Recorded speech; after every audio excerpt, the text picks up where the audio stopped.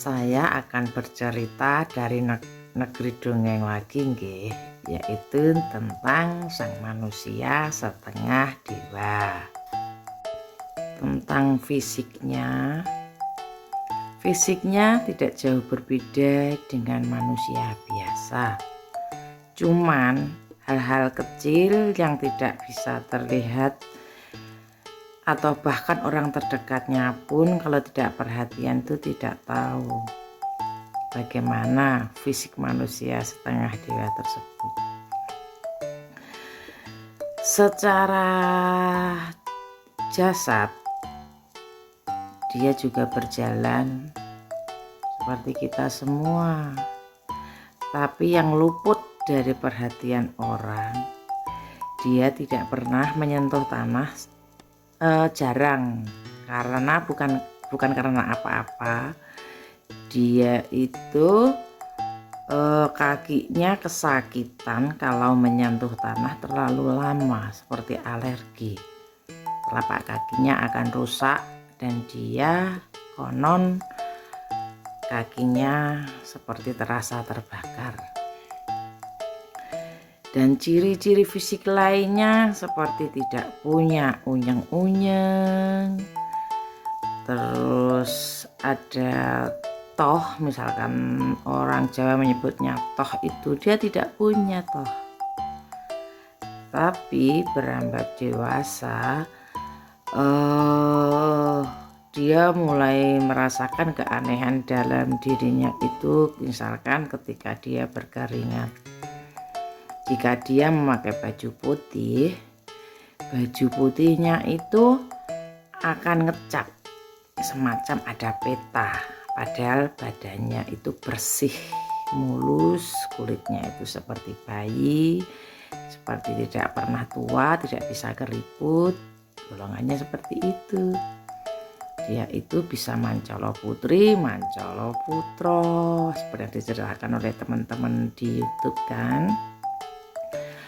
Dan dia itu tua tapi muda tapi sejatinya tua, karena dia memang tidak pernah berubah yang secara normal pada umumnya orang atau manusia.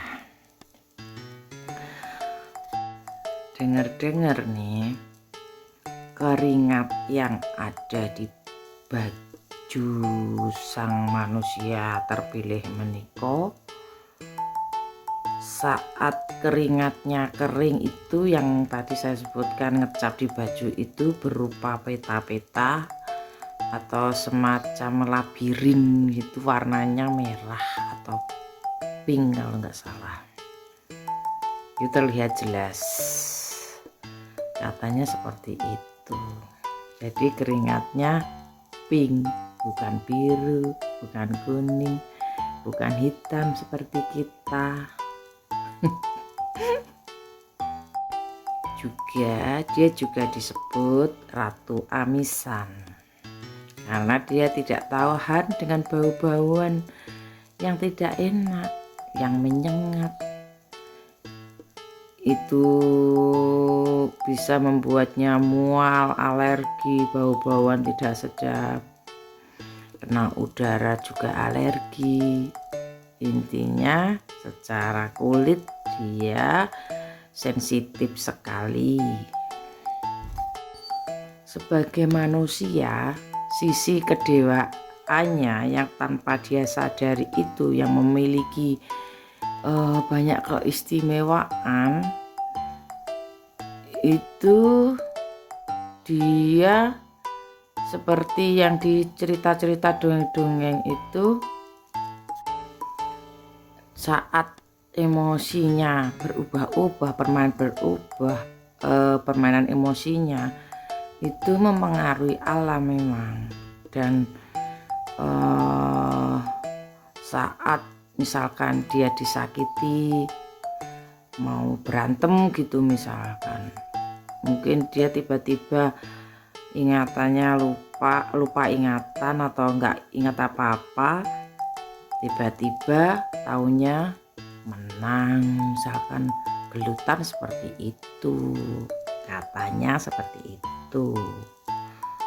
Ada yang dilempar ke sawah dengan kendaraannya, dan dia konon juga pernah menghajar makhluk seperti genderuwo tanpa sadar,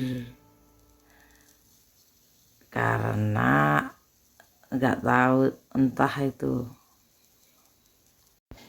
nggak tahu wes, saya takut cerita seperti itu. Intinya dia memang manusia setengah jiwa.